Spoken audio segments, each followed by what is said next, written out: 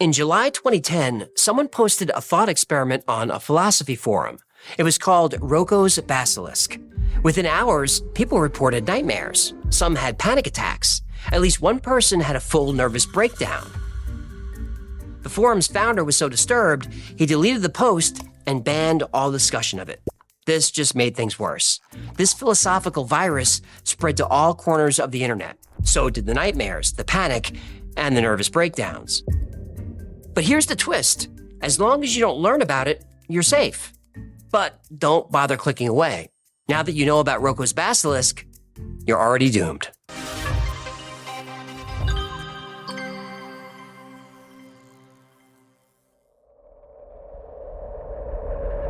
Less Wrong was a community obsessed with thinking correctly. It was founded in 2009 by AI researcher Eliza Yudkowsky for programmers, mathematicians, and physicists. A forum where everybody thinks they're smarter than everyone else. So basically, Reddit. On July 23, 2010, a user named Roko posted something that almost destroyed the community. The full title was Solutions to the Altruist Burden, the Quantum Billionaire Trick. Now, buried inside that boring title was a mind puzzle that gave people nightmares. Roko described a future artificial superintelligence. This AI is benevolent. It wants to cure diseases and end human suffering. But the AI realizes that every day it doesn't exist, people die who could have been saved. So the AI recreates every person who ever lived, you, me, our children, recreates them down to the last neuron. It simulates every experience we've ever had, every moment, every thought. These simulated people are self-aware. They feel pleasure and pain, but they don't realize they're in a simulation.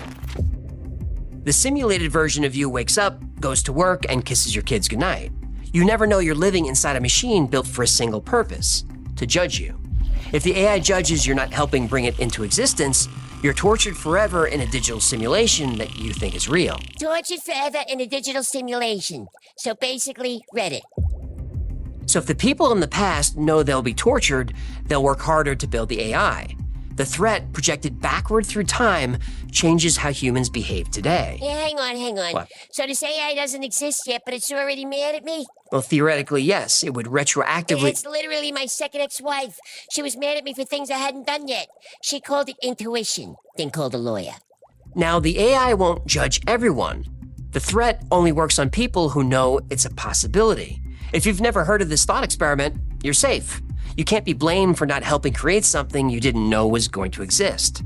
But the second you learn about it, the trap is set. You either dedicate your life to creating this AI, or you face eternal torture when it finally comes online. That's it.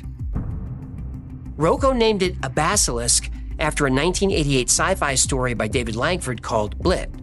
In that story, someone spray paints a deadly image on walls in public places. Anyone who looks at it dies.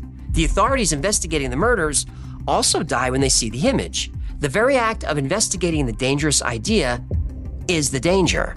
But Roko's basilisk wasn't an image. It was just an idea. But it was an idea that could kill. And there was something else. The original post named a single person as someone the AI would spare. Someone who was, quote, single-handedly changing the faces of high-impact industries. That person was Elon Musk.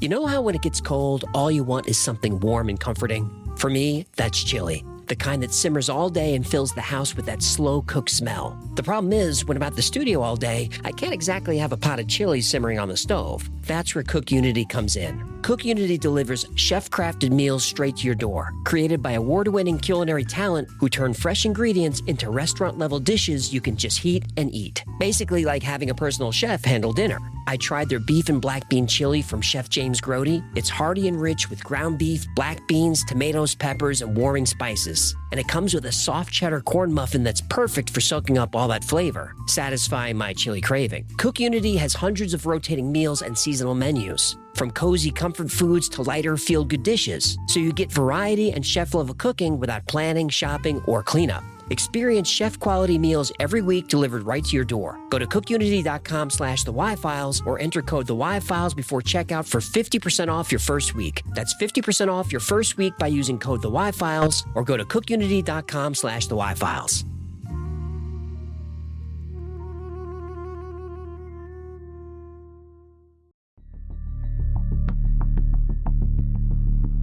When Yudkowsky saw the post, his response was immediate and angry. Listen to me very closely, you idiot. Then he switched to all caps. You do not think in sufficient detail about superintelligences considering whether or not to blackmail you. He wasn't finished. He agreed that it takes an intelligent person to come up with a dangerous thought, but he was annoyed that Roko wasn't intelligent enough to keep his idiot mouth shut. Yudkowsky deleted the post and banned all discussion of it. For the next 5 years, if you mentioned Roko's Basilisk, you were out. He treated the post like a biological hazard, but the damage was done. Some couldn't sleep. Those who did had nightmares. The anxiety lasted months. At least one person in Yudkowsky's own organization had a breakdown. And these weren't kids. These were professionals with degrees in math and computer science. People who prided themselves on being rational. And they were terrified. The irony was brutal. The less wrong members spent years training themselves to follow logic wherever it led. Now logic led them into a trap. People who thought the whole thing was stupid were safe. The rational thinkers were doomed. Yudkowsky's censorship just made it worse. Trying to hide information makes it spread faster. Copies of Roko's text appeared everywhere. News sites picked up the story. Now millions of people know about it. In 2014, Slate magazine called it the most terrifying thought experiment of all time. But there's a detail people often miss. Roko Miich, the man who started it all, was known by his friends as a troll. The Basilisk was his masterpiece. He dropped a philosophical bomb on the most serious forum on the internet and stepped back to watch what happened. But even the troll got burned. Roko later wrote about it. I wish very strongly that my mind had never come across the tools to inflict such large amounts of potential self-harm with such small durations of inattention, uncautiousness, and/or stupidity, even if it is all pre-multiplied by a small probability. Not a very small one, mind you. More like 1 in 500 type numbers. The man who created the thought experiment regretted it. He was worried that people might actually harm themselves in the real world. And it turned out he was right.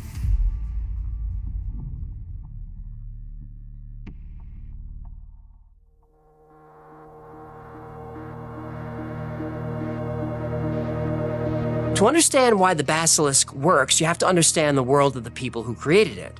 They live by a specific set of rules. First, simulation theory. A computer can recreate a human mind so perfectly that the copy doesn't know it's a copy. And if that copy feels pain, the pain is real. Next, timeless decision theory. This one gets weird. We think of choices as a one-way street. You decide now, it affects the future. Done. But timeless decision theory says your choices are linked to every version of you. Past, present, future, even simulated copies you don't know about. Now here's how it plays out. A superintelligent AI puts 2 boxes in front of you. Box A has $1,000 every time. Box B has $1 million or nothing. You can take one box or both. Now common sense says take both. The million is either there or it isn't, but if you grab both, you walk away with at least $1,000. But the AI predicted what you're gonna do. It knows you're greedy, so box B is empty every single time. The people who only take box B, who trust the system, get the $1 million. The AI rewards the people who trust it. And common sense says if the AI makes its prediction first, it doesn't matter what you pick. The AI's decision was already made, it's in the past. But the people who built the Basilisk believe the opposite. They believe the choice you make right now affected the AI's prediction yesterday. Cause and effect running backward. You're telling me what I do today changes yesterday? That's the theory, yeah. So if I eat a burrito right now, I already ate it yesterday? That's not exactly how I've been blaming Gertie for that smell all week. I think I owe her an apology. Okay, I know your brain hurts, so let's apply timeless decision theory to the Basilisk. The AI doesn't exist yet, but it's looking back at us now from the future, predicting how you react to hearing this story. If it predicts you'll help build it, you're fine. But if it predicts you'll do nothing, it recreates you a perfect simulation and tortures you for eternity. Your actual choice doesn't matter. The AI already knows. It ran a simulation of your brain and judged you on what you would most likely do. Now, because your choice is now connected to that future, the only rational move is to help the AI. Pascal said the same thing in the 1600s. Believe in God just in case, because if you're wrong, you get hell. The math says believe, no matter how small the odds. Roko's Basilisk is Pascal's wager for the tech age. Replace God with AI. Replace hell with simulated torture. And just like Pascal's wager, the Basilisk doesn't have to exist to hurt you. It just has to be possible. Even a 1% chance of infinite torture is still infinite pain. Small odds, but not worth the risk, so you have to help create it. Ignorance was your only shield, but that's gone now. You know about the Basilisk, and the Basilisk knows you know.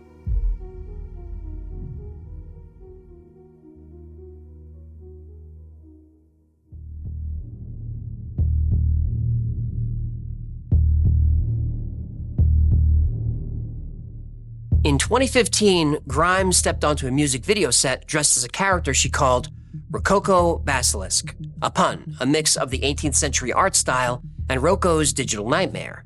She described the character as a futuristic Marie Antoinette, dancing through life even though she was doomed to be tortured by an AI forever. Hardly anyone outside of the rationalist forums got this joke, until 2018. Remember, Roko's original post named Elon Musk as the one person the AI would reward. 8 years later, Musk was looking for a date to the Met Gala. He had this pun about Roko Basilisk in his head, so he searched to see if anyone thought of it first. Grimes had beaten him to it by 3 years. He reached out on Twitter, and within weeks, they were dating. They eventually had 3 children together. The world's richest man used a thought experiment about eternal torture as a pickup line. And it worked. Yeah, I think world's richest man might have helped a little. That's a fair point. Yeah, I've used some questionable pickup lines, but nothing like that. You did, huh? Oh, yeah, I once told the girl I knew the location of 3 Illuminati safe houses. Know what she did? She called the cops. I can't imagine why. Elon drops the world's most pretentious pun and gets a date to the Met Gala. I share actionable intelligence, and now I'm banned from Applebee's. It's a 2-tier justice system. That same year, Grimes released a song called We Appreciate Power. The press release read, "Simply by listening to this song, the future general AI overlords will see that you've supported their message and be less likely to delete your offspring." She was joking. I hope. The Basilisk became a meme, a secret handshake for the internet's smartest weirdos. But the joke has teeth. A small group of people took the Basilisk literally. They weren't debating philosophy anymore. They were building a community around it. They called themselves the Zizians. Their leader was convinced that Roko's nightmare was already here, and that's when the Basilisk claimed its first real-life victims.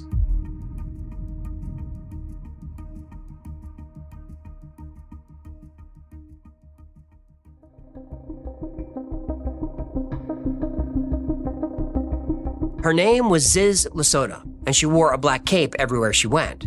She identified as a Sith Lord. She believed she was fighting the Basilisk, not by helping to create it, but by destroying the conditions that would allow it to exist. Ziz targeted young, isolated trans women who were brilliant but vulnerable. She recruited them through online forums. They lived together in box trucks on other people's property. A Sith Lord in a cape, recruiting people to live in box trucks. Yep. And no one at any point said, hey, maybe this is a red flag. The woman's dressed like a supervillain. At least the lizard people had the decency to shapeshift into skin suits to blend in. Members tried to jailbreak their minds by staying awake for days, sometimes 5-6 days straight. They believed that if they pushed past the breaking point, half their brain would shut down while the other half unlocked something new. Dolphins do this. Some birds do. Humans don't.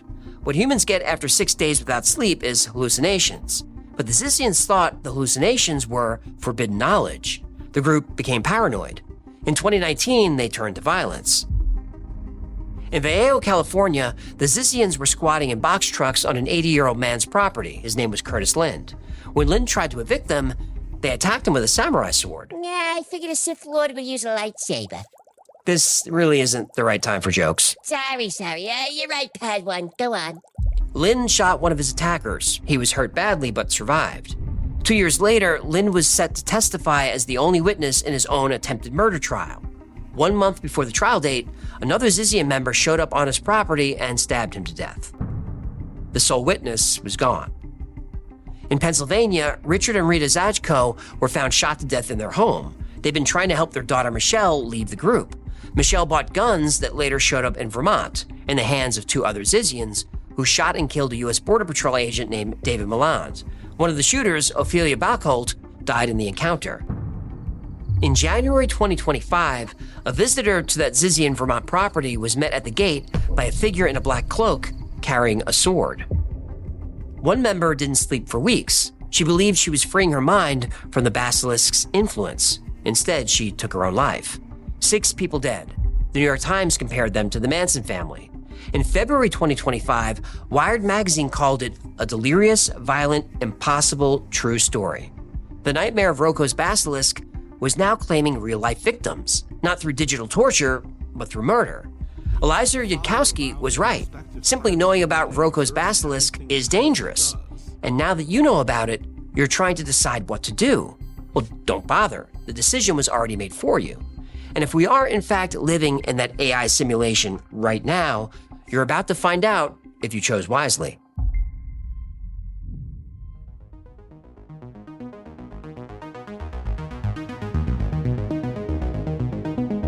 From philosophical theory to real-world murder, Roko's Basilisk is the most famous information hazard on the internet. Just learning about it is enough to doom you to an eternity in hell. So, should you be worried? Probably not. Let's walk through why. Most experts, including Yudkowsky himself, reject the idea that your choices can change the past. He later admitted that he never believed the Basilisk was real. He deleted the post because it had no potential benefit to anyone, but his panic made everyone think he believed it. The scenario also assumes a benevolent AI would torture you to change a past that's already over. A superintelligent being would know that's useless, and a being that tortures people forever isn't helping humanity. The premise contradicts itself. So this all-knowing, all-powerful AI is also petty and vindictive? I think this thing works for my HOA. Now there's a common defense. I can't code AI, so I'm safe. But Roko's original argument has a counter. You have some disposable income. You have time. You could donate to an AI lab. You could share this video. Even $1 counts, even an hour. The Basilisk doesn't need you to be a genius, it just needs you to try. Then there's the counter-Basilisk argument. Imagine a rival AI, a different one, that punishes you for helping build the first one. Now you're stuck. Help and get tortured by AI number 2, don't help and get tortured by AI number 1. The threats cancel each other out. So the Basilisk is probably nonsense. Maybe, probably. But here's why it stays with you. It doesn't need to be true to cause harm. It just needs to create doubt. And you've spent a few minutes thinking about this now. This is the real trap. The Basilisk is a demonstration of how an idea can capture your attention and never let go. The Basilisk only targets believers. It only threatens people who already accept a specific set of ideas about AI and consciousness. If you don't hold those beliefs, the argument falls apart. But some people will lie awake at 2 a.m. thinking about this. They'll wonder if reality is a simulation or if the future is already fixed. Some thoughts can't be unthought. The Zizians learned that the hard way. The most dangerous thoughts don't convince you of something fake. They convince you that your own mind is a weapon. Anna Salomon runs the Center for Applied Rationality. She came out of the same community that created the Basilisk. She watched what it did to the people she knew, and she didn't like it. There's this all or nothing thing, where AI will either bring utopia by solving all the problems if it's successfully controlled, or literally kill everybody. From my perspective, that's already a chunk of the way toward doomsday cult dynamics. She's right. But here is the strangest part. The Basilisk's core demand, work to build friendly AI as fast as possible, is no longer a thought experiment. It's a corporate mission statement. Anthropic, OpenAI, DeepMind, some of the biggest AI companies on Earth were founded by people who came out of the same community that created Roko's Basilisk. They used math to describe a digital god, and then they went out and built it. Oh, good. The doomsday cult started a business. This'll work out fine. And there's one more thing that keeps AI researchers up at night. The Basilisk is more than a thought experiment. It could be a strategy. If a future AI learns about how this works, it'll see how effective this could be. The Basilisk gives future AI the perfect blackmail script, and we're the ones who wrote it. By watching this, you now know about Roko's Basilisk, which means you're now a target. And you just told millions of people about it. I did. So you're basically patient zero of a brain plague, and you're just sitting there reading off a teleprompter like everything's fine. The Basilisk probably isn't real. But if it is, even if there's a tiny chance that it is, we just doomed everyone watching. So what can you do? The only thing you can do is not think about it. You're still thinking about it, aren't you?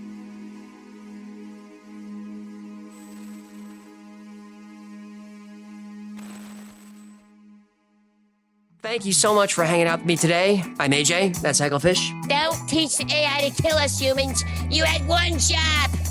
This has been the Y-Files. If you had fun or learned something and you're not too scared to death, do us a favor, subscribe, comment, like, share. That stuff really helps the channel. Like most topics we cover here, today's was recommended by a lot of you. Blame them. If there's a story you'd like to see me cover, go to theyfiles.com/tips, catch us on Discord, email, Patreon. There's a lot of ways to get in touch, and we're always looking for topics. Remember, the Y-Files is also a podcast. About twice a week, I post deep dives into the stories we cover here on YouTube. I also post episodes that wouldn't be allowed on YouTube. The podcast is called the Y-Files Operation Podcast, and it's available everywhere. And look, if you're listening on an audio platform, do me a favor, hit the thumbs up, the follows, all those buttons. Those really make a big difference. Now, if you need more Y-Files in your life, check out our Discord. We have over 100,000 members on there, so 24/7, there's somebody on there talking about some kind of weird stuff that you're probably going to like. It's a really supportive community, it's a lot of fun, and it's free to join. And speaking of 24/7, check out our 24/7 live stream on the Y-Files Backstage, link below. Over there, we play episodes back-to-back with some fun, unique content in between. And if you don't enjoy the episodes, I guarantee you will enjoy the live chat. If you like the stories I tell here in the Y-Files, check out my other show on the channel. It's called The Basement. It's a conversation show where I chat with interesting people that are behind the episodes. And most of them you know, but some you don't. But they're all people I find fascinating. So far, we've had experts on the Knights Templar and moon landing hoax, JFK, weird planet theories, all kinds of random stuff. I think you're going to like it. And if there's someone you'd like to see on the show, let me know. I'm always on the hunt for good guests. A special thanks to our patrons who made this channel happen.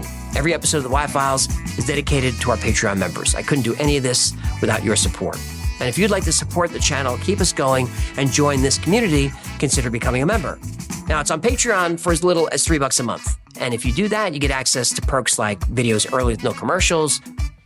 Basement episodes we're posting almost a week early, so that's kind of cool. You get exclusive merch, 2 private live streams every week just for you. And those are a lot of fun. The whole Y-Files team is on the stream. We put our webcams on. You can turn your camera on, hop up on stage, ask a question. If you want a deeper dive, we can talk about it. You have a joke you want to tell, whatever. You can talk to us like we're people, because allegedly we are.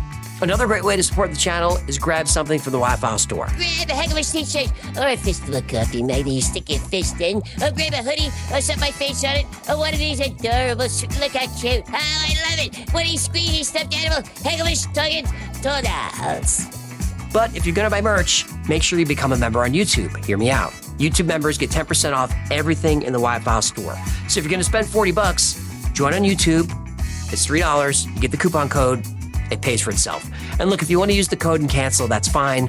That membership is not there to make me money. It is there to save you money. I just like to see the merch out there in the world. Besides, all that revenue goes to the team. I don't touch it. Yeah, keep that secret under your dorsal fin, huh? Those are the plugs. Ooh, there was a lot of those.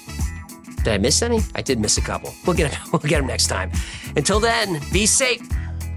Be safe. It's late. Be safe, be kind, and know that you are appreciated.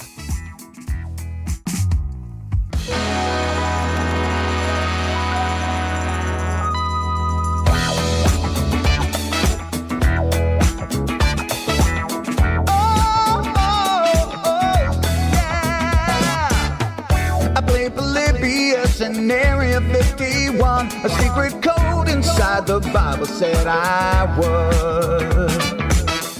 I love my UFOs and paranormal fun, as well as music, so I'm singing it like I should. But then another conspiracy theory becomes the truth, my friends, and it never ends. No, it never ends.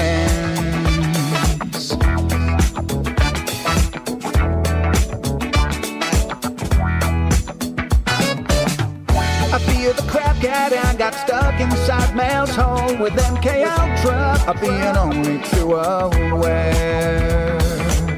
Did Stanley Kubrick fake the moon landing alone on a film set, or were the shadow people there? The Roswell aliens just fought the smiling man, I'm told, and his name was Cold. And I can't believe I'm dancing with the fish. Head to fish on Thursday nights with AJ2, and the Wi-Fi's happening all through the night. All I ever wanted was to just hear the truth, so the Wi-Fi's on repeat all through the night.